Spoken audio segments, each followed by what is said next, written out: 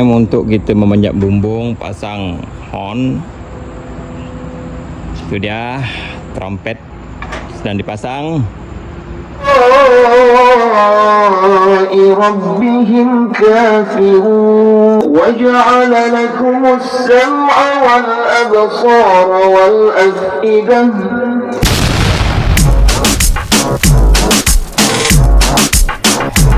Ini dia surau Felda Jaya di Trolak, Perak, Darul Rizwan ni. Kami dipanggil ke sini untuk kita upgrade keseluruhan sound system yang ada di surau ni. Kita akan rombak keseluruhannya, speaker, peralatan sound system. Alright, sekarang kita unboxing slim array speaker untuk dipasang di dalam surau ini. Surau ini memilih slim array untuk kita pasang sebanyak 4 unit di dalam surau ni. Nak dengar bunyi dia, tunggu siap lah. Alright, pemasangan speaker di koridor. Itu dia. Kita akan pasang semua di koridor ni. Ini dia. Equipment system simple, analog, sesuai untuk surau yang sebesar ini di Felda Jaya. Kami dah tukar mikrofon Shure yang baru beserta mic imam dan juga mic kuliah. Ini dia, kita dah pasang speaker slim array sebanyak 4 unit di dalam ruang solat ni. Kita dah pasang speaker koridor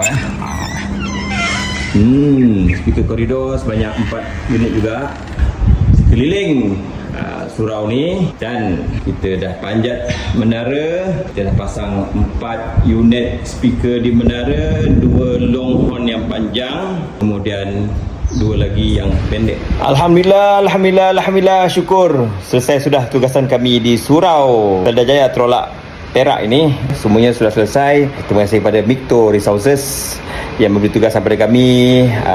Syukur, insyaAllah ada rezeki kita jumpa di next projek pula, insyaAllah. Assalamualaikum.